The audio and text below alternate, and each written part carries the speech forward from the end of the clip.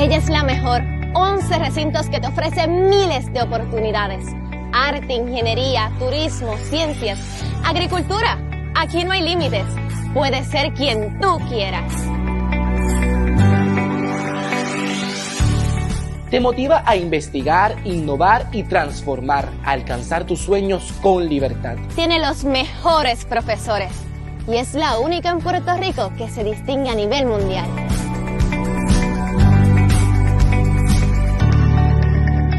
Siempre sentirás orgullo de tus logros y de tu universidad. Tu universidad. Matricúlate ahora. Accede a upr.edu. Somos la Universidad de Puerto Rico.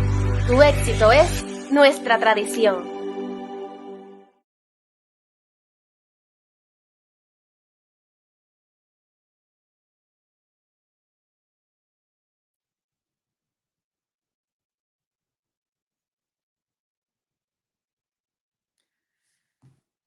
Saludos, buenas tardes, buenos días, son las 11.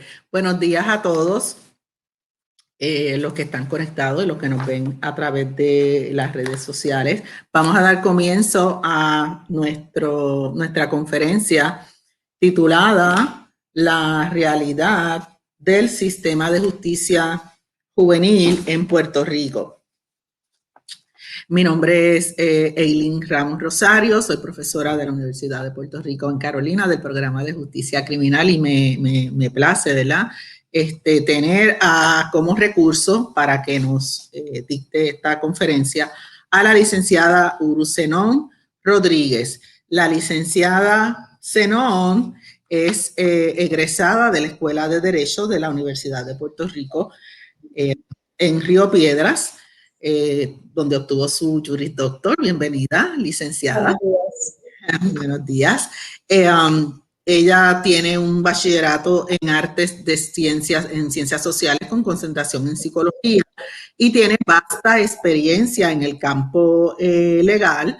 Ella es defensora legal en la Sociedad para la Asistencia Legal, SAL, específicamente en el programa de menores, desde 2002 en adelante. También es miembro del Colegio de Abogados y Abogadas de Puerto Rico y miembro de la Comisión del Derecho de la Niñez del Colegio de Abogados y Abogadas de Puerto Rico. Así que nos place tener a la licenciada Zenón y sin más preámbulos, pues la dejo para que ustedes de esta conferencia y aprendan, ¿verdad? Que esa es siempre estamos aprendiendo. Quiero decirles que la licenciada Zenón, vamos a tener, ella va, ¿verdad?, a hacer su conferencia. Si ustedes tienen alguna pregunta, que me imagino que sí que tendrán algunas preguntas, las pueden hacer por el chat. Y vamos a tener entonces al final de la conferencia un espacio para contestar sus preguntas. También en algún momento durante la conferencia por el chat van a ver una hoja de asistencia, así que les voy a pedir a todos y a todas que den su hoja de asistencia para que, ¿verdad?, conste y que no, ¿verdad?, conste su asistencia al curso. Así que sin más preámbulos, pues les dejo con la licenciada Zenón. Buenos días. Espero que la profesora de sus intervenciones, porque esto de hablarle a una cámara y no tener interacción, pues creo que es la primera vez que lo hago. No estoy acostumbrada, ¿verdad? Siempre las conferencias las doy interactivas. Así que espero que estén bien. El tema es la realidad del sistema de justicia juvenil en Puerto Rico. Me indica la profesora que hay estudiantes de justicia criminal y que hay una clase de justicia criminal, de justicia juvenil. Así que les voy a hablar brevemente de cuál es el proceso en el Tribunal de Menores y pues después voy a tocar otros temas y algún tema o alguna pregunta o alguna experiencia que tengan, pues la ponen en el chat para discutirla, ¿verdad? Yo he hablado y ustedes por escrito. Vamos a ver cómo nos va. La ley en Puerto Rico de menores, la actual, se creó en el 1986 y el propósito en aquel momento era de avanzada, era muy buena. En aquel momento el propósito era sacar a los jóvenes que se les decía incorregibles, ¿verdad? Jóvenes que hoy día uno puede decir que son los de educación especial, porque son hiperactivos, porque tienen problemas de aprendizaje y que su conducta pues incidía y se le trataba igual que si fuera un joven transgresor de la ley.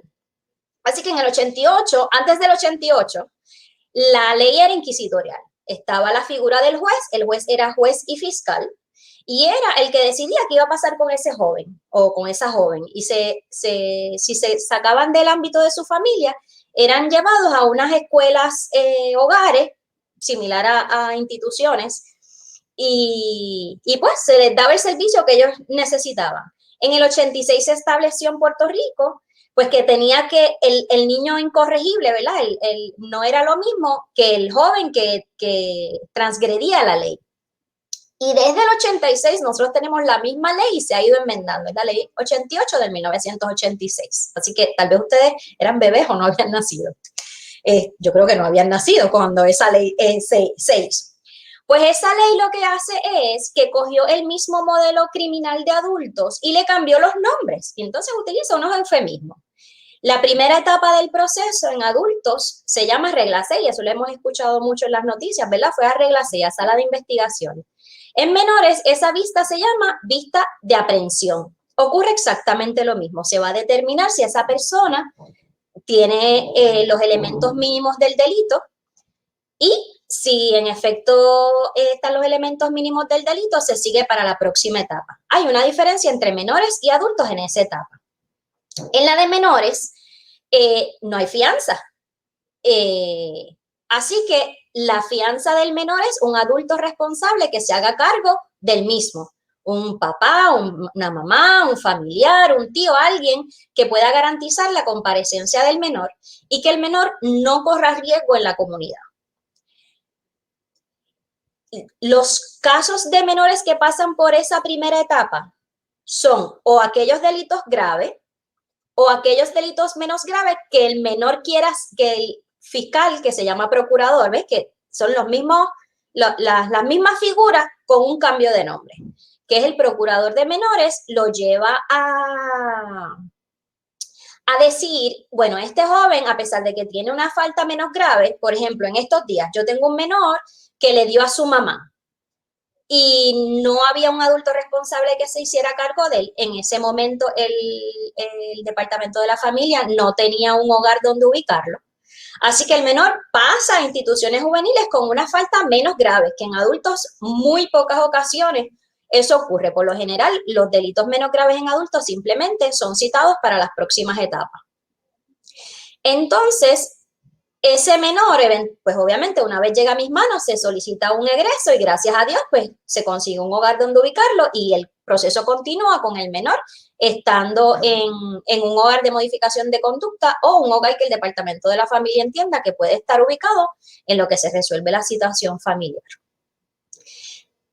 La segunda etapa en menores se le llama vista de causa. Ese es el equivalente a regla 23 en procedimiento criminal de adultos. Pero hay una diferencia. La regla 23 de adultos, la vista preliminar de adultos, solamente se ven los delitos graves. En menores, los delitos graves y los menos graves se ven en esa etapa. Hay casos menos graves de menores que no pasan por vista de aprehensión, que es el equivalente a regla 6 en adultos, que fue la que les expliqué, sino que pasan directo a vista de causa probable, que es el equivalente a regla 23 en adultos. Esa es una gran diferencia entre menores y adultos, ¿verdad? Que tienen derecho al equivalente a una vista preliminar, ¿verdad? El derecho a tener abogado presente y gratuito para determinar si sigue para etapa de juicio o no. En etapa de juicio, que es como se le conoce en adultos, en menores se le llama vista adjudicativa.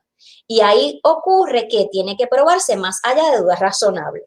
Hubo un caso en 1970 en Estados Unidos, que fue el que estableció, se llamaba In re Winship, que fue el que estableció que menores también tienen el derecho a que se hallen culpables más allá de dudas razonables, ¿verdad? Antes de ese caso del Tribunal Supremo de Estados Unidos, era por preponderancia de prueba. ¿Qué significa eso? Bueno, pues que antes no necesariamente se tenían que probar todos los elementos del delito, sino que con que se pasara prueba más o menos de que el menor sí pudiese haber cometido ese delito, se hallaba culpable. Y ese caso determinó que no era posible, que el menor tiene derecho, porque puede perder su libertad, a que sea más allá de dudas razonables. Pues en Puerto Rico obviamente se instauró con esa ley de menores que tenía que ser de igual forma, más allá de dudas razonables. Otra diferencia que hay en los procedimientos de menores y adultos es que en menores no hay juicio por jurado en Puerto Rico. Hay estados en Estados Unidos que tienen lo que se conoce como un petit jury, donde sí hay unos jurados, a veces hasta pares, mismos adolescentes, que son quienes juzgan a ese menor. Pero en Puerto Rico, pues no hay derecho a juicio por jurado, ya dijimos que no había fianza, y otra gran diferencia entre menores y adultos es que el procedimiento de desvío en adultos, uno se declara culpable y después pasará el desvío, que eso es lo que conocemos como la Corte de Drogas, la Corte Especializada de Violencia Doméstica, ¿no? Es un desvío, tiene un desvío, no igual que la Corte de Drogas, pero se le da la oportunidad a la persona de que si cumple se le archivan las querellas. En menores eso pasa antes del juicio, así que la persona, el menor, no es culpable de lo que se le imputa, que en otro eufemismo es que en menores se les dice incurso, pero es lo mismo que salir culpables en adultos.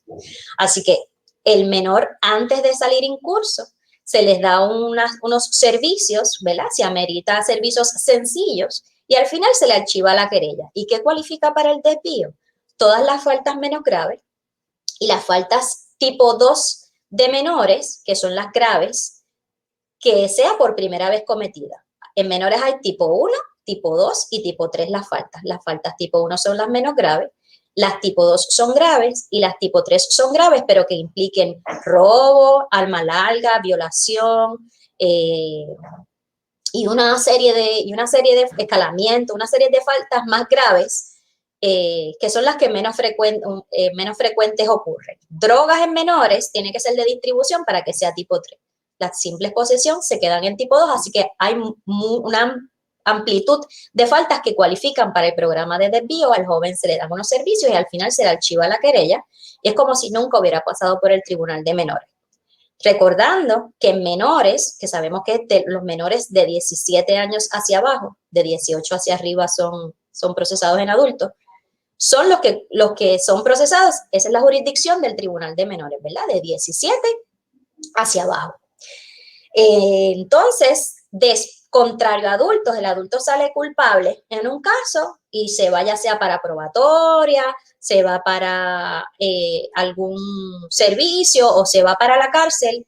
En adultos, la medida que se impone la tiene que cumplir en su totalidad. Algo bien distinto en menores es que se le da la oportunidad al menor de que si su conducta es adecuada y se rehabilita, no importa el tiempo que falte de su medida, se puede modificar y cerrársele el caso antes.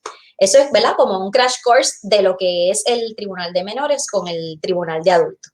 Les voy a hablar ahora, ¿verdad? Del tema que nos habían dicho que tocáramos, que es la realidad del sistema de justicia juvenil en menores. Les hablé del origen de la ley en Puerto Rico.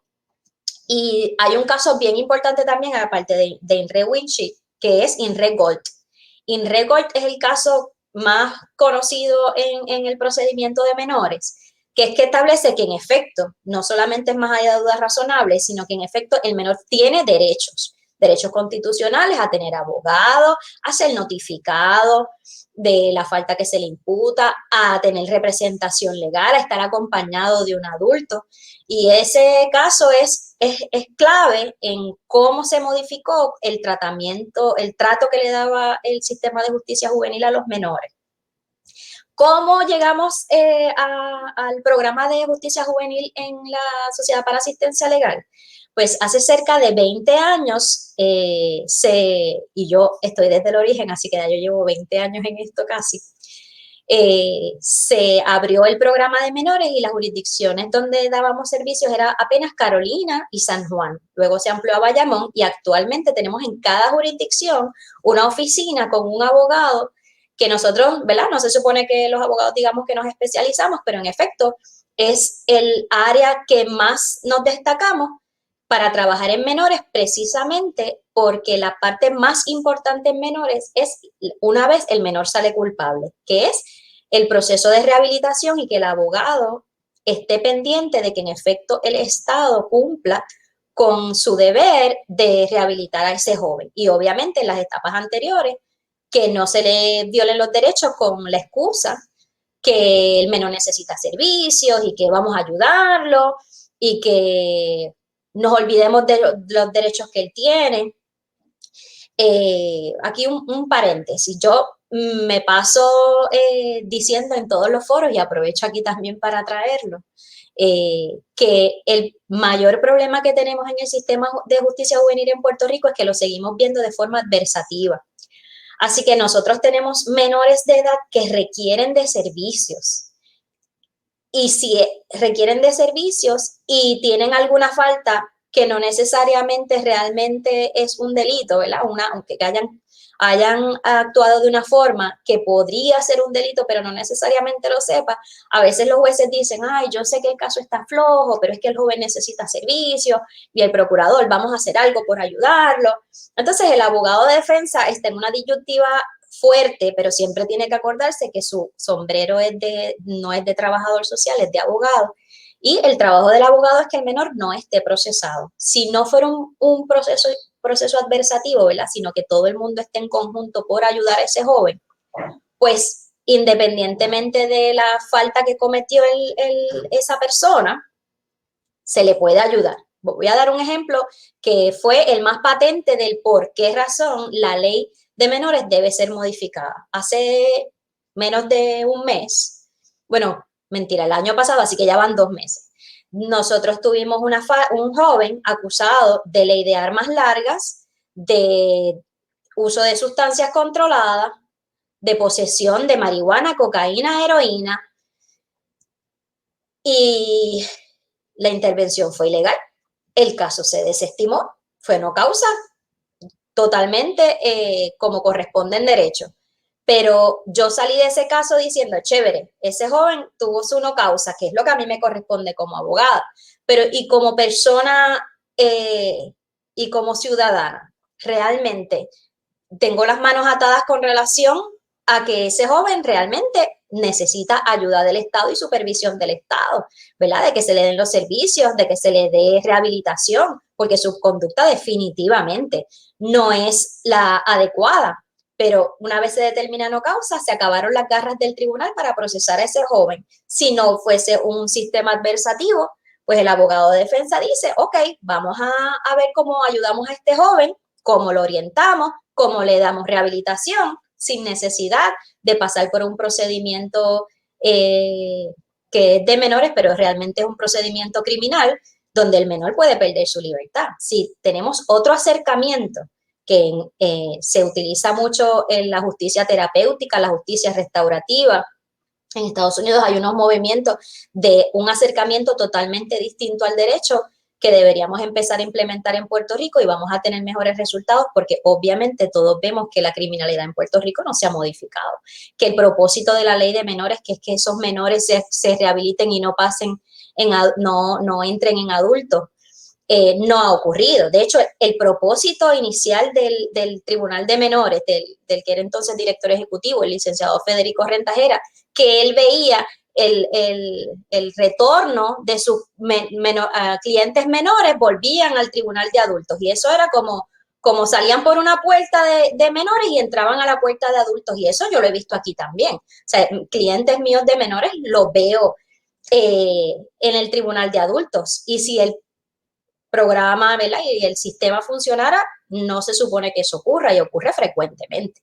Así que si empezamos a ver a los menores no como delincuentes, sino como personas necesitadas de servicios, que eso es lo que dice la ley, pero la realidad es que lo ven como delincuentes porque por eso tienen el proceso adversativo, pues no vamos a poder realmente cambiar el sistema, cambiar nuestra sociedad y hacer el propósito de la ley, que es que ese menor se habilite y rehabilite y no vuelva a delinquir. Otro problema de la ley de menores, que trabajamos con el menor, no trabajamos con el papá, no trabajamos con la mamá, no trabajamos con el familiar ni el entorno donde ese joven vive. Entonces, ¿cómo tú habilitas a un menor y cómo tú rehabilitas a un menor si la persona que le corresponde velarlo no tiene tampoco la capacidad?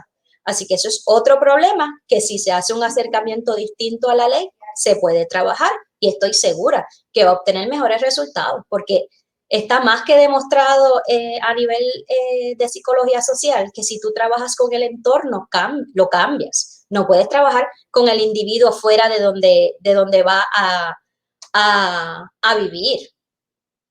Seguimos. Entonces, ya les dije que la edad para ser procesados en menores son los de 17 años para abajo, pero si la falta la cometió antes de los 17 años, el tribunal tiene hasta los 21 años para procesarlo y para darle servicios.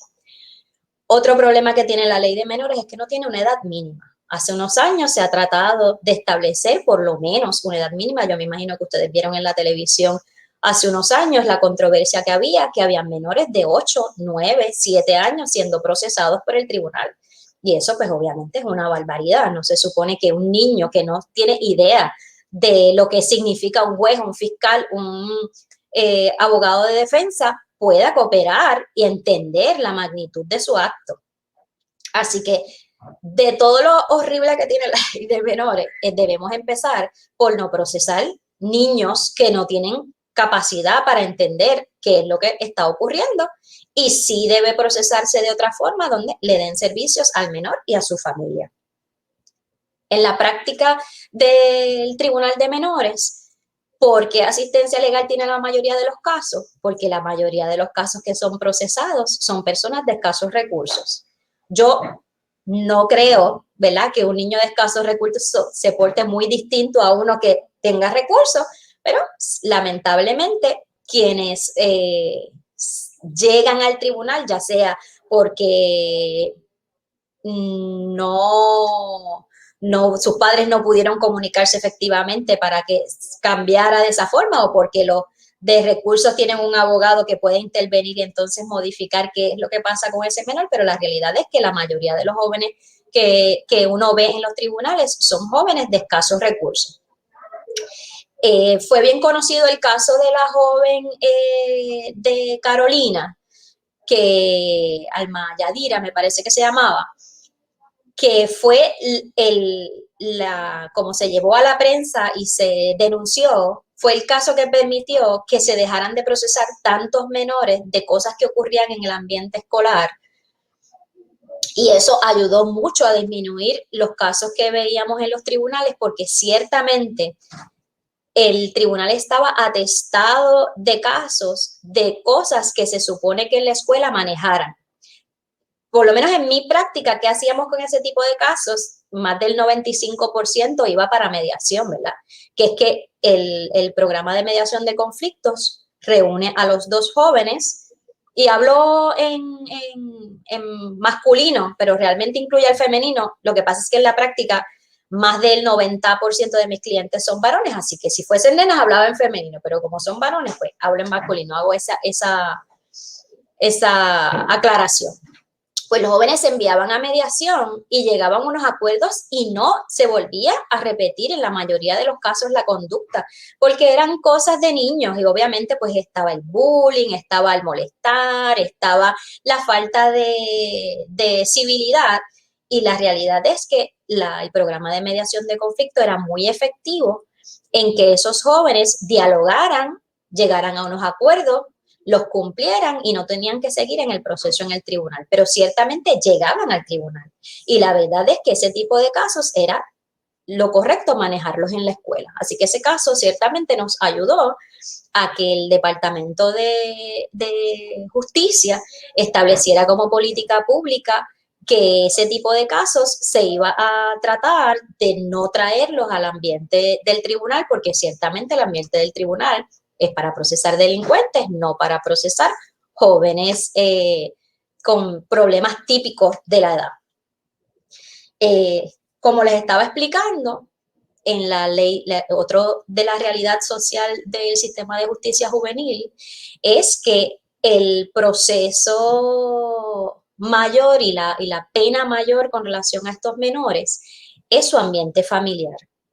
Nosotros tenemos padres con problemas mentales, con limitaciones en su capacidad o su conocimiento de cómo trabajar con los jóvenes.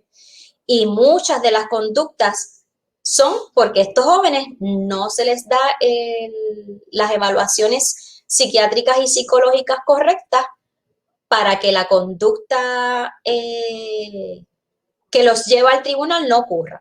Son muchos jóvenes de educación especial. Nuestro perfil del menor desde el origen es prácticamente el mismo, que son jóvenes de escasos recursos, casi todos varones, entre 15 y 17 años, de hogares, lo que le llaman disfuncionales, pero ¿verdad? ¿Qué hogar es perfecto y funcional? Pero de hogares monoparentales, y a veces no están los padres, sino que son los abuelos. O sea, el perfil del menor ha sido el mismo desde antes de yo comenzar como abogada y hasta el día de hoy.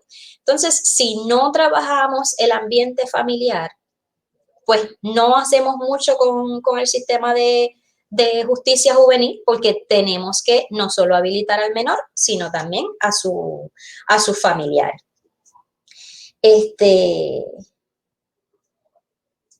Con relación a qué tipo de joven es el que nos ocupa, pues les expliqué, ¿verdad?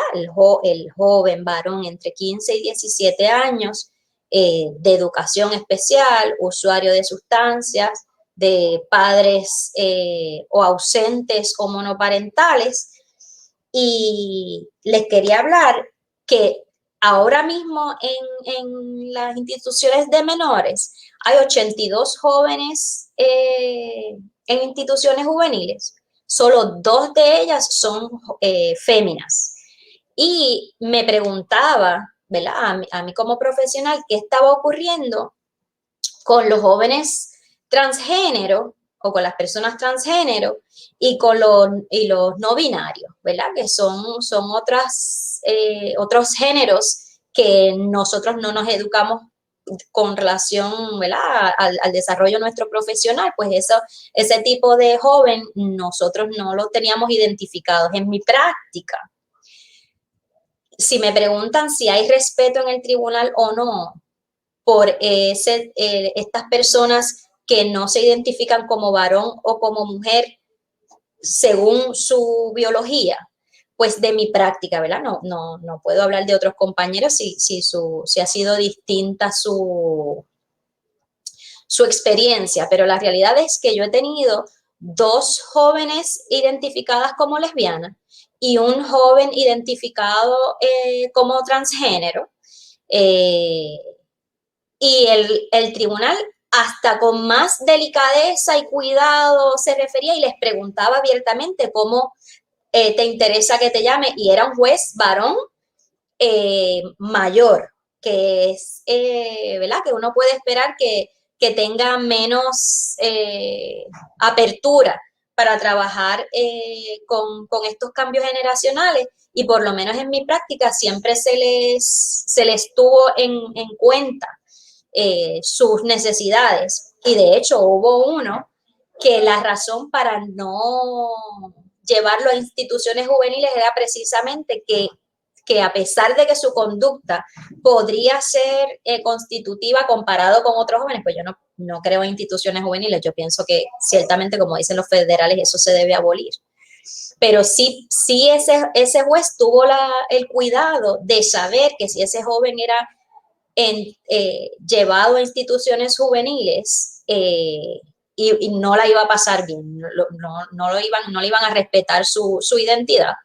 Así que se buscó unas ubicaciones especiales con el Departamento de la Familia. Así que yo confío en que esa experiencia que yo he tenido con estos jóvenes sea la misma que nuestros compañeros tienen en sus distintas oficinas, porque ciertamente son unos temas que siempre han existido, pero que no se ha discutido en el foro legal y que requieren de un tratamiento no ordinario, porque requieren unos cuidados distintos, ¿verdad?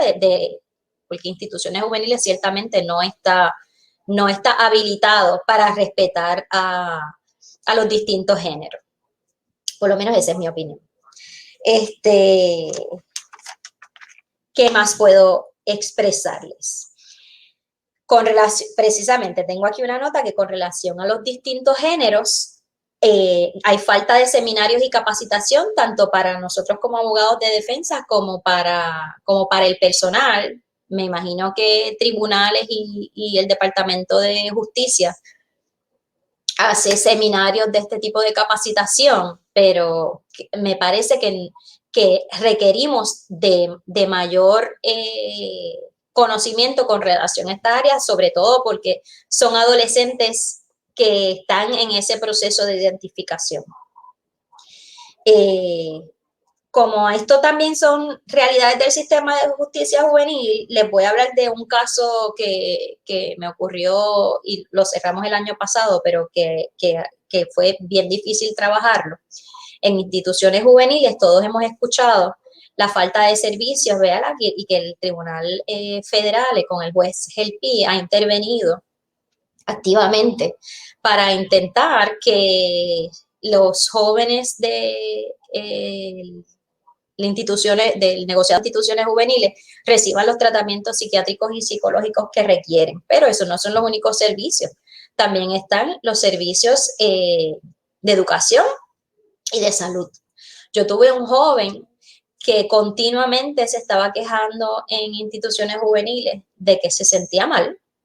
Instituciones juveniles, por alguna razón, lo que le daba eran paliativos, y llegó a una de nuestras vistas y me expresa, ¿verdad?, qué es lo que le está ocurriendo. Así que le hacemos el acercamiento al juez. El juez eficientemente ordena que el joven sea llevado al hospital, y el joven tuvo una situación seria de salud, y si no llega a ser, en la segunda ocasión cuando vuelve a instituciones, si no llega a ser por la monitor federal que lo identifica que el joven tenía la mitad de su hemisferio paralizado, el joven no era llevado a un hospital.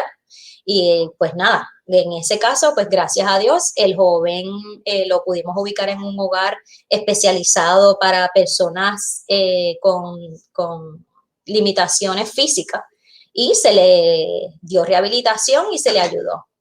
Pero con ello lo que quiero decir es que instituciones o el negociado de instituciones juveniles, yo no dudo de la capacidad de muchos de sus profesionales, pero tienen las manos atadas en cuanto al servicio que dan.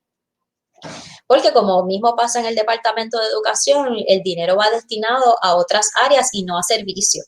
Un joven en instituciones juveniles cuesta casi $90,000 al año, que yo pienso que es mejor darle eso a los papás y que se muevan a un área donde le den más servicio que estar gastándolo estando los jóvenes hacinados.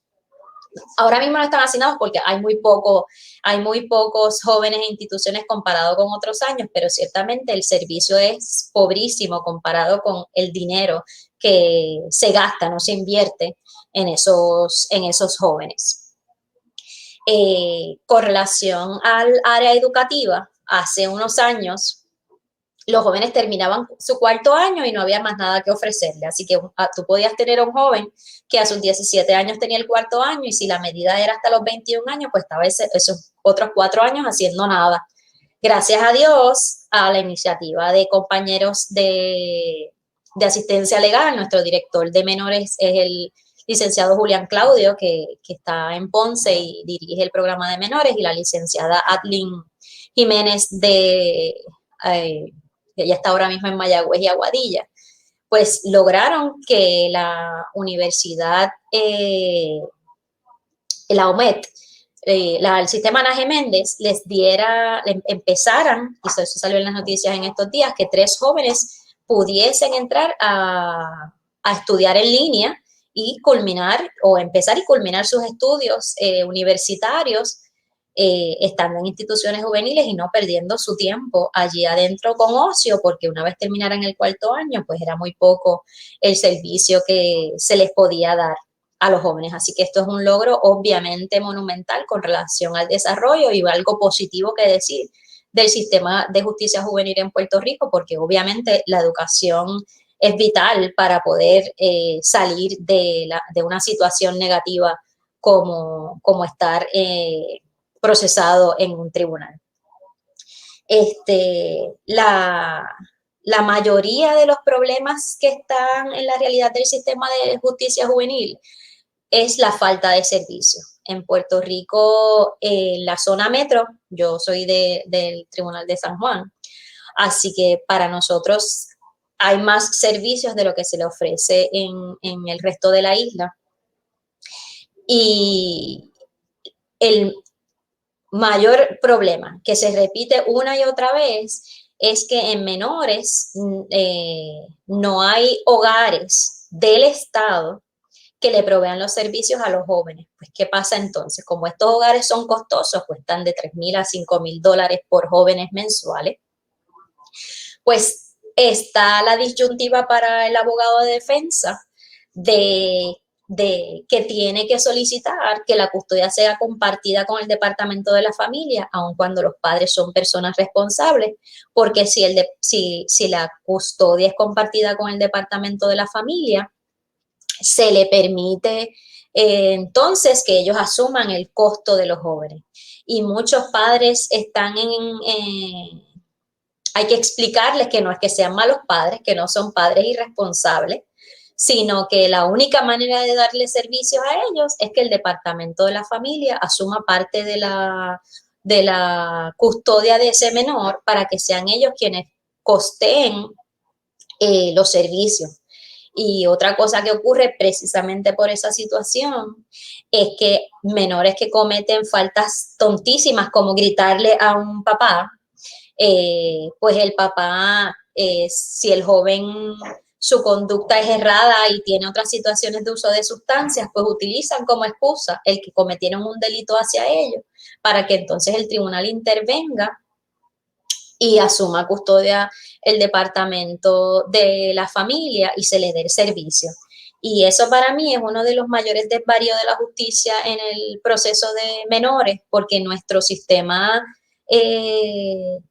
de política pública, que son los niños primeros, debería existir programas de servicios a la comunidad de parte del Departamento de la Familia y de parte del Departamento de Salud, donde no requieran la intervención de un tribunal para brindar servicios. Los abogados de defensa escuchamos continuamente padres que han acusado a sus hijos que cuando no les pregunta, pero ¿por qué lo hicieron?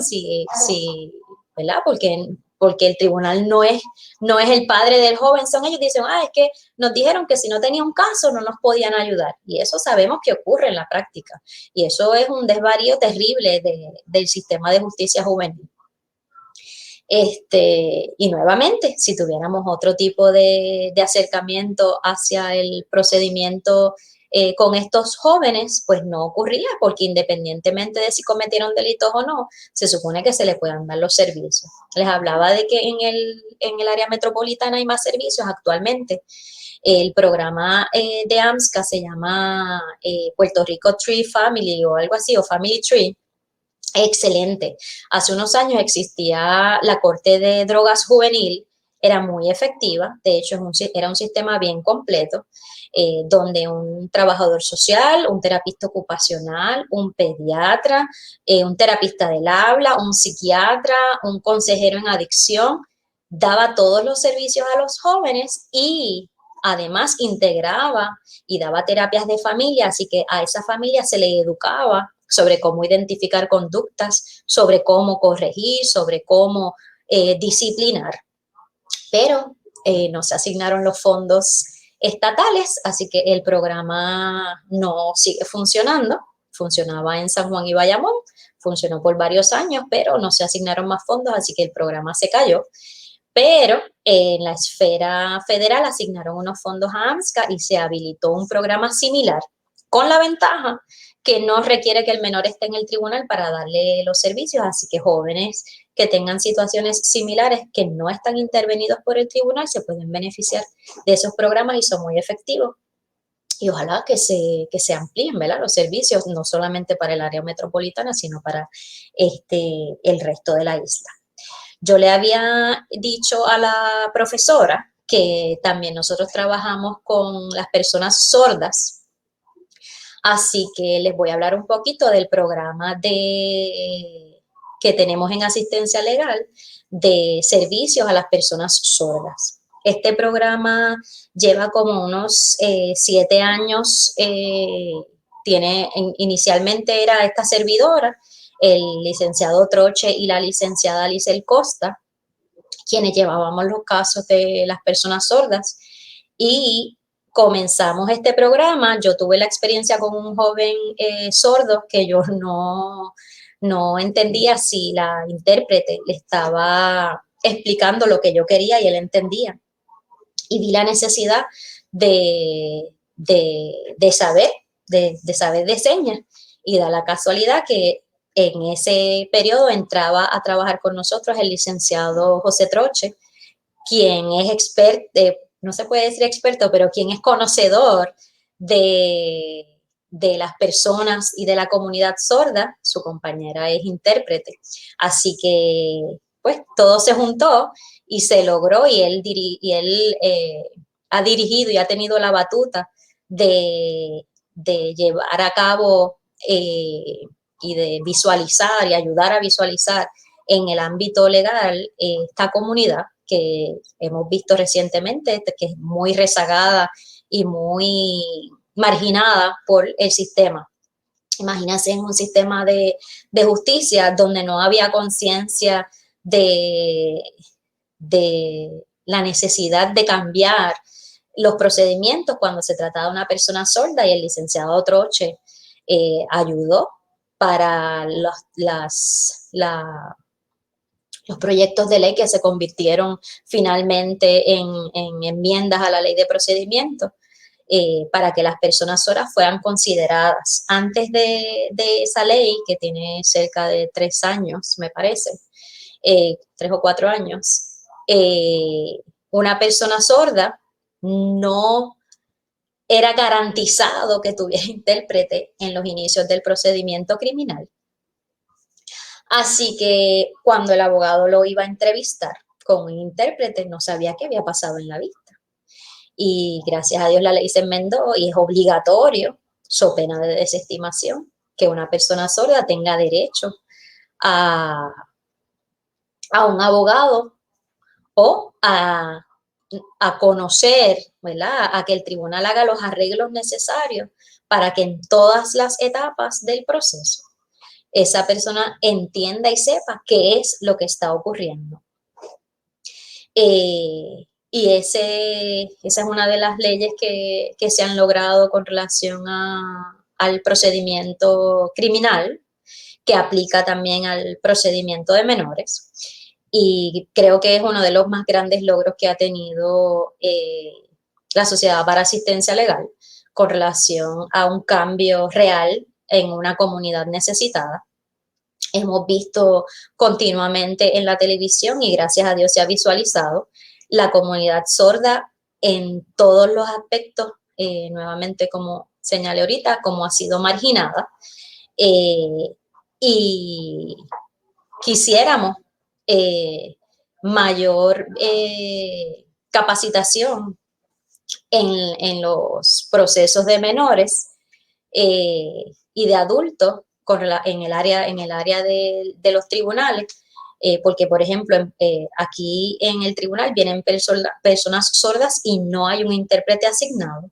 No puede esa persona, hasta tanto esté al frente de un juez, saber qué es lo que está pasando. Si viene una persona sorda y va a sala de investigaciones o va a la secretaría, no hay un sistema automático de un intérprete para que él entienda cuál es el procedimiento a seguir, qué pasos debe hacer, a dónde debe acudir a recibir servicios.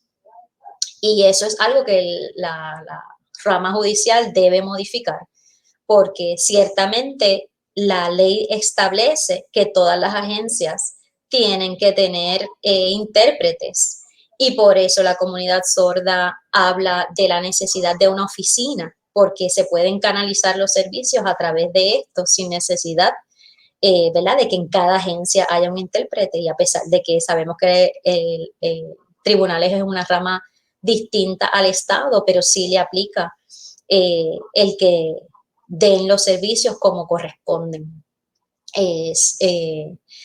si la profesora está por ahí, porque estamos llegando a las 12 y me dijo que más o menos a esa hora paráramos para hacer las preguntas. No sé si quiera que aborde sobre algún tema adicional. Ok, ahora me escuchan. Sí, excelente información. No lo estoy escuchando, profesora. No sé si usted me está... Ok. ¿Me escuchas? No. Ok, problemas técnicos. Estoy leyendo labios. Como parte de aprender señas, leer labios, le estoy leyendo los labios.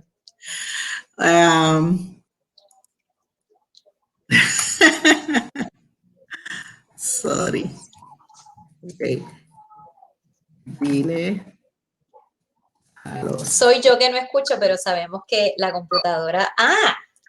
Se nos quedó un tema. La pandemia pandemia.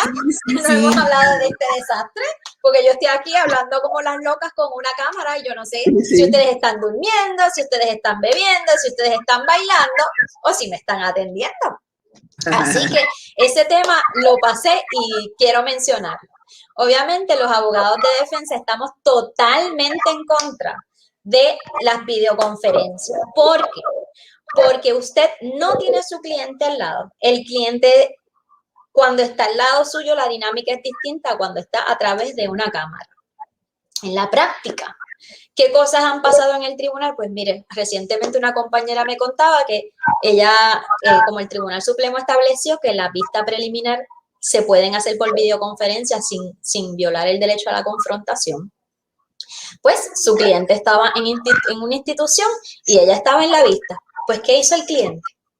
Dice, mire, este hijo de puta ahí. Y si uno tuviera a su cliente al lado, uno le da una patada y le dice, no puedes hablar así. Y él siguió hablando por ahí con su vocabulario florido y la juez histérica, pero si uno no tiene a su cliente al lado, uno no puede hacer nada. Así que fue como que, pues, sí, siga juez, sí, siga juez. Si mi cliente estuviera aquí, yo tendría algún control, pero a esa distancia, que se supone que uno tenga un teléfono y enseguida hablar con él, pues la realidad es que en la práctica eso no ocurre. Así que la pandemia para nosotros ha sido un desastre. Como yo le digo a todo el mundo, no es hora de cogerse un delito, usted procure no incumplir la ley, porque ciertamente para defender a una persona a través de una videocámara no es fácil. Estoy segura que muchos de ustedes están en calzoncillo, en pan, están bebiendo café, están mirando al perro y sobándolo, o haciendo tareas con un hijo, haciendo un examen con un hijo. Pues eso mismito ocurre cuando las cosas son por videoconferencias. Y la libertad de un ser humano no es posible que tenga esas garantías a través de una cámara. Porque créame, yo no sé si ustedes han tenido la oportunidad de ir a un tribunal, pero cuando uno va a un tribunal, aún uno siendo abogado, ese halo que crea y ese ambiente bastante hostil que crea un tribunal hace que la gente tienda a mentir menos. No es que no se miente en la silla del tribunal y de los testigos, pero tiende a mentirse menos. Así que a través de la videocámara, como que a uno se le hace más fácil el no respetar, el que uno sea testigo en contra de una persona y que como no lo tiene de frente, como no tiene que mirarlo a los ojos, pues se le hace más fácil mentir y se le hace más difícil al abogado de defensa contrainterrogar y llegar a esa verdad. El Tribunal Supremo dice, bueno, pero para eso está el juicio. Pero yo como abogada de defensa les tengo que decir que la vista preliminar nosotros le llamamos el juicio de los pobres, porque una vez pasa esa etapa de vista preliminar, pues uno lo que dice, bueno, si el caso está muy difícil o si los años a los que se exponen las personas son muy altas, pues uno llega a unos acuerdos. La realidad es que en la práctica la mayoría de los casos se llegan a acuerdos. Y en esta etapa se llegarán aún más, precisamente porque uno no tiene la vista preliminar como antes, para que sirva de ese sedazo. Y yo no sé si es cierto o no, ¿verdad? Pero es mi experiencia. Para mí, la energía, lo que uno siente, lo que uno ve, los gestos, cómo cambió su mano, cómo miró para arriba, para abajo, cómo respiró, Todas esas cosas a través de videocámaras, la realidad es que no son posibles, no se dan de la misma forma. Y yo estoy segura que si esas personas que estuvieran en esa posición, decidirían distinto, ¿verdad? Pero como están en otras esferas, pues deciden más con relación al derecho y no más con relación a la práctica. Aparte de que, siempre lo hemos dicho, si ellos vinieran a dar un tour por el tribunal, se darían cuenta de que eso que ellos dicen, de que si hay un teléfono, de que si hay una cámara, de que si hay comunicación, aquí en Puerto Rico la luz se cae todo el tiempo. Mire, ahora mismo la profesora Eileen, yo no la escucho. Ustedes me escuchan a mí, pero yo no la escucho. Pues eso mismo pasa en el tribunal. Imagínense que pasó toda la prueba, que el abogado objeción, y nadie escuchó que dijo objeción, que en algún momento alguien se va a dar cuenta porque escribió, porque se comunicó, pero ya el juez escuchó todo. Entonces, ¿qué uno como abogado de defensa va a hacer? Volver a empezar, echarlo todo para atrás. Eso es lo que dice la jurisprudencia del Tribunal Supremo que podemos hacer. Pero caramba, estamos hablando sobre la libertad de un ser humano. No se trata de que estamos peleando por una casa, no estamos peleando por una herencia, no estamos peleando por un perro, no nos estamos divorciando, no estamos, ¿verdad? Hay muchas cosas que sí se pueden hacer a través de videoconferencias, pero cuando se trata de la libertad de un ser humano, entiendo que es terrible. Como ha sido terrible para mí hablarle a una cámara y hacer un monólogo aquí viéndome en la televisión, pues ciertamente, si usted ha querido darle un abrazo a alguien que ha visto por videoconferencia, pues imagínese cuando se trata de la libertad de un ser humano. Entendemos que no es la mejor forma, y esa es pues una realidad de la justicia juvenil y de la realidad de adultos. Con el componente adicional, que cuando son menores y están en una institución juvenil, no tienen a su papá al lado. Nosotros, gracias a Dios, hemos instaurado que sí, en los casos que son para verse, pues está un abogado con el menor y otro abogado en sala, para que el menor lo acompañen. ¿Por qué? Porque ese menor no se va a atrever con un guardia al lado a decir, eso no es así, Missy. Ellos le dicen Missy a uno, eso no es así, Missy, eso no pasó de esa forma, o no estoy escuchando. La cantidad de veces en las vistas de revisión, que es cómo los nenes se están portando y cómo ayudarlos a rehabilitarse, montones de veces ha pasado toda la vista y el nene dice, yo no escuché. Y yo, pero si te dijimos que si me escuchabas, no se atreven, porque para ellos es como faltarles el respeto al tribunal, el interrumpir, y uno les explica, no te preocupes, el juez no se va a molestar, es tu derecho, pero no lo hacen porque se les ha enseñado, ¿verdad?, que el tribunal no se interrumpe. Así que esa realidad del COVID con relación a la pandemia ha sido terrible. Por ejemplo, al inicio, ya gracias a Dios, se están investigando los casos en la comunidad, pero en el principio no sabíamos cómo se estaban portando los jóvenes, no sabíamos sus necesidades, no sabíamos sus problemas, porque no había quien los llevara a comunidad y todo lo hacíamos a través de cámara. Y el problema de a través de cámara es que no sabemos con quién está. No sabemos quién está al lado, no sabemos quién les está haciendo señas. Y eso pasa no tan solo en las entrevistas y en las investigaciones, sino en los casos en el tribunal. Y ahora sí, la profesora nuevamente, por favor. Sí. Si me puedes escuchar, si me puedes escribir, porque por alguna razón. Ok, te escribo porque parece que me están diciendo que sí que me escuchan algunos estudiantes en el chat, pero déjame escribirte. Y no sé, porque ahorita escuchábamos, pero sí, la modernidad. Sí. Los problemas técnicos sobre denuncia. Jóvenes, si los estudiantes me escuchan, pueden utilizar el chat para hacerle alguna pregunta a la licenciada. Yo estoy aquí.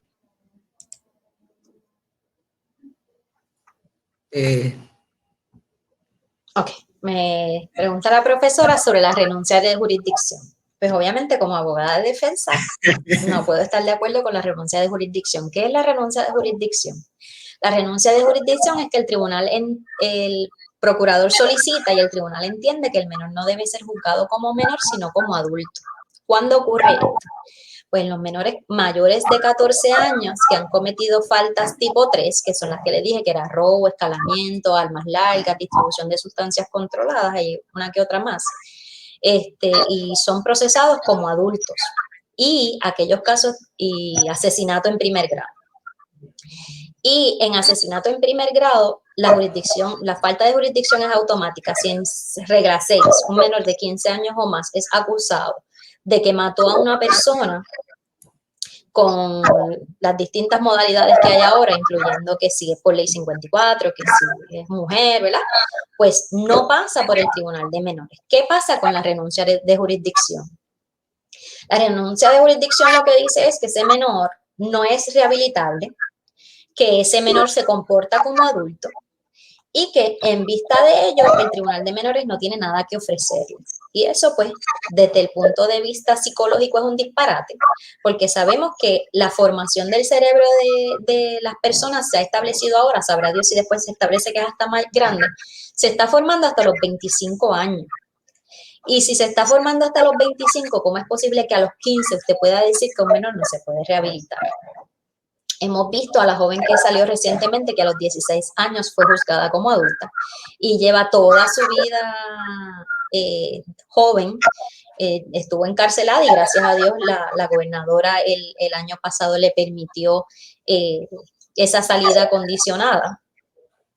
Y vemos cómo ella misma expresa cómo ha madurado en este periodo de tiempo. Y ustedes que son la mayoría jóvenes, ¿verdad? Porque los que estudian son muy pocos los que deben tener más de 30 años. La mayoría de ustedes debe tener menos de 25. Piense cómo usted era a los 11 años y en el día de hoy, cuando usted tenga 30, recuerde cómo usted era hoy a los 18, 19, 20, 21 años. Una persona no totalmente distinta, pero bien distinta. Y muchas veces uno hace cosas y uno dice, Dios mío, ¿cómo yo me atreví a hacer una barbaridad como esa? Y el tiempo hace que cambie. Así que para mí la renuncia de jurisdicción es un disparate.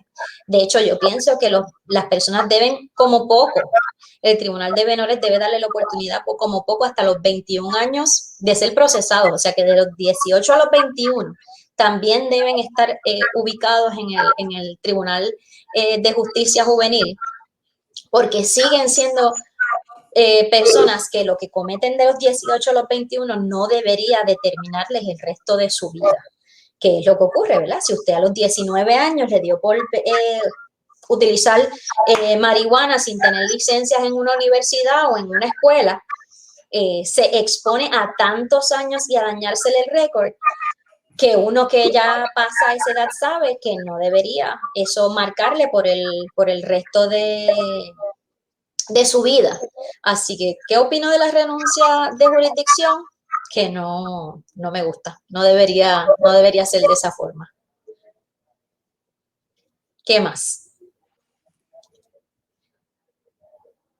Dice aquí Mónica Figueroa, licenciada, gracias por esa información. Quería preguntar si tenía conocimiento del caso de Janet Piera, la madre sorda que se quitó la vida en Vega Alta el 18 de enero, que según los medios se suicidó por sentir que no fue escuchada por el sistema de justicia de Puerto Rico, ya que nadie la entendía en el caso de remoción de custodia de sus hijos. No estoy seguro si es ella, se le asignó un intérprete. ¿Será que no hay suficientes intérpretes de lenguaje de señas en Puerto Rico? ¿Cuál usted cree? Bueno. Eso es un caso de civil, ¿verdad? Yo trabajo en el área criminal, pero obviamente, habiendo compartido hace unos años con la comunidad sorda, le digo que en efecto no hay, no es que no hayan suficientes intérpretes, no es que no hayan, es que el tribunal antes no los asignaba y entendían que la persona, porque leía labios, podía participar en el tribunal. Y porque podía escribir, podía comunicarse con el tribunal. Y porque hay en la comunidad sorda, no sé cómo explicarlo correctamente, pero tienden a hacer mucho, sí, hacen esto, afirman mucho con la cabeza y no están entendiendo. Lo hacen porque, pienso yo, que están tan acostumbrados desde pequeños a que la mitad de lo que se les está expresando no lo entienden y a los adultos se molestan de tener que repetirse lo que hacen esa conducta. Y eso yo lo he visto en los adolescentes. Eso yo, a la primera vez que tuve un adulto sordo, sabía que tampoco me estaba entendiendo, porque los adolescentes hacen exactamente lo mismo. Yo les hablo y ellos hacen y otras mamás hacen y cuando tú les preguntas, porque yo, ¿verdad? Al menor le explico el proceso en el tribunal y me encargo de que entienda qué es lo que está pasando. Y ellos así, cuando yo les pregunto, me hacen, y yo, ¿verdad? Estabas así todo el tiempo y no atendiste nada. Pues si uno no sabe que eso ocurre, ¿verdad? Si uno no se le capacita para trabajar con esta comunidad, pues no se da cuenta. ¿Qué pasó en ese caso en específico? Pues obviamente no sé. Pero en efecto, muchas de las cosas que ocurren con relación a los sordos y sus hijos es por ignorancia del sistema, no de ellos, es ignorancia del sistema. De hecho, a los niños de padres sordos se les conoce como CODA, ¿verdad? Que es hijo de padres sordos. ¿Y qué cosas ocurren, por ejemplo, que pueden ser maltratos? Pues que el vecino escucha a ese nene galillao, un nene de 2 o 3 años gritando, llorando continuamente. El padre sordo no escucha que esté llorando ni gritando. El padre sordo puede estar cocinando o lavando ropa o viendo televisión. Y el muchacho está en la cuna a grito pelado y no se escucha. Pues entonces el trabajador social que no está capacitado para bregar con la comunidad sorda lo ve como un maltrato. Y no sabe que es que deberían instalarle algún sistema en la casa para que el padre sordo sepa que el niño está llorando. ¿Ve? Y ustedes escuchan que el niño tira cosas y que tira puertas, se escucha como un caos en esa casa, pero para el sordo no hay un caos porque él no lo está escuchando. Y muchas veces se malinterpreta eso como negligencia o como maltrato cuando no lo es. Usted tiene un hijo, usted es sordo, y usted va a una agencia y no lo pueden vacunar porque no tiene cómo comunicarse. No puede inscribirlo en la escuela porque no tiene cómo comunicarse. Pues resulta que el papá es negligente y le remueven al menor, pero no culpamos a la agencia de que no facilita eso para esa persona sorda y las necesidades, cubrirle sus necesidades. Así que en la práctica en el tribunal, por ejemplo, cosas que yo he visto, los sordos, ni todos escuchan lo mismo, ni todos son sordos ¿verdad? Totales, hay sordos parciales. Así que pueden escuchar sonidos, identificar ciertas cosas, puede que con amplificador escuchen mejor, y hay sordos totales, no escuchan nada. Pero no todos leen los labios, no todos saben señas, no todos pueden escribir, no todos, o sea, el que yo sepa un poquito de señas no me hace una intérprete, y a mí me han pretendido que yo sirva de intérprete en el tribunal y yo puedo saber lo básico, pero yo no puedo expresarme con totalidad hacia esa persona. Entonces, el desconocimiento de quienes otorgan los servicios del Estado, de la rama judicial, provoca las injusticias hacia esta comunidad. Por ejemplo, si la persona es sorda y es labiolectora, ya puede leer los labios y entender qué es lo que está pasando. Pues el testigo a veces, o el juez o el abogado, se para de espaldas a la persona. Si le estoy haciendo preguntas a un testigo, estoy de espaldas a la persona sorda, pues se perdió lo del poder entender a través de los labios. O que el juez se piense porque habla más alto, el sordo lo va a escuchar. ¿Cuál es su nombre? Usted le puede gritar con un altoparlante. Si es sordo completo, no va a escuchar. Así que nosotros como sociedad, como nosotros nos enseñaron los sordos, nosotros podemos aprender señas. Nosotros podemos aprender señas. Pero ellos no pueden aprender a escuchar. Eso no es algo que les va a nacer.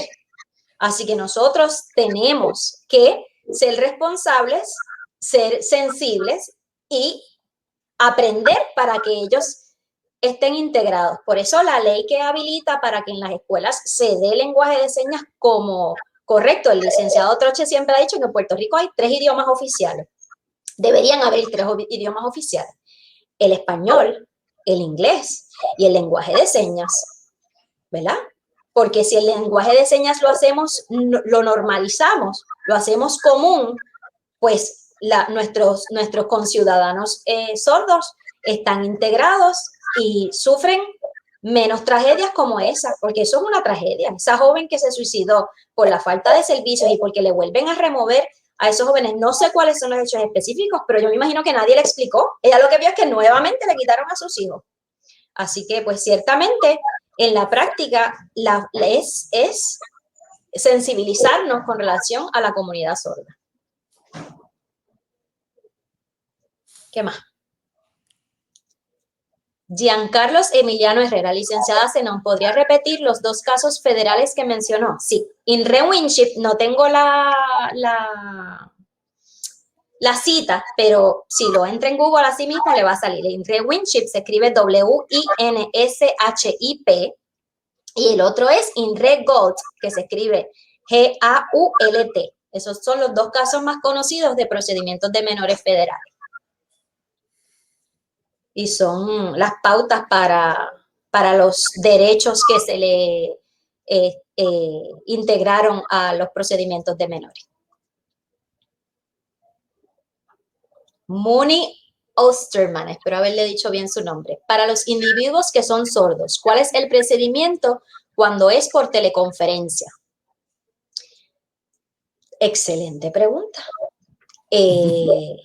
Ciertamente es aún más complicado porque en la práctica la realidad es que son pocas las personas sordas que se les acusan de delitos, pero ciertamente eso es algo que el abogado que le corresponda trabajar con una persona sorda se le va a hacer un poquito cuesta arriba si es por teleconferencia, porque el sordo necesita un intérprete para él y el sordo necesita comunicarse con su abogado y el sordo necesita saber qué es lo que está pasando en sala. Así que, ¿qué facilidad física tiene esa persona en su casa para cumplir con todos esos parámetros? Pues obviamente no creo que lo tenga, así que tendría que venir al tribunal y le corresponde al tribunal darle las herramientas que el sordo necesite porque es quien está siendo procesado. Así que la pregunta está interesantísima. En la práctica, pues, debe ser un poco complicado cuando es por teleconferencia. Pero ciertamente el intérprete se puede hacer hasta por un iPad, que es lo que decimos. Usted no tiene que tener un intérprete físicamente en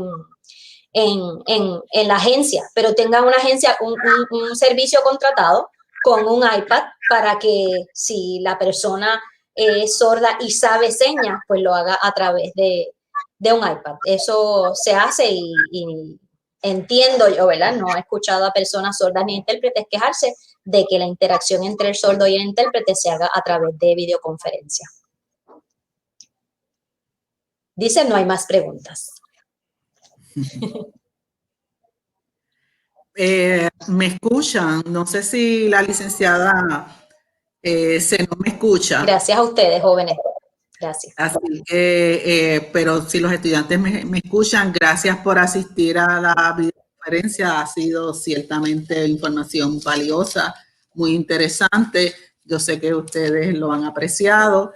Y una vez más, pues mis infinitas gracias a la licenciada Zenón Rodríguez por sacar de su valioso y ocupadísimo tiempo para compartir con los estudiantes y con el público en general esta información. Así que gracias nuevamente.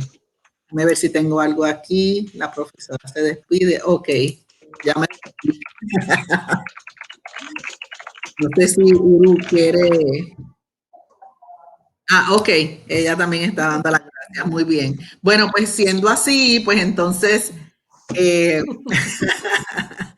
me vas a tener que enseñar un poco de eso. Okay. Nos vemos.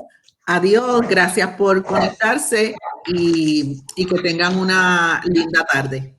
Bye. Adiós. Gracias. Llenen la hoja de asistencia.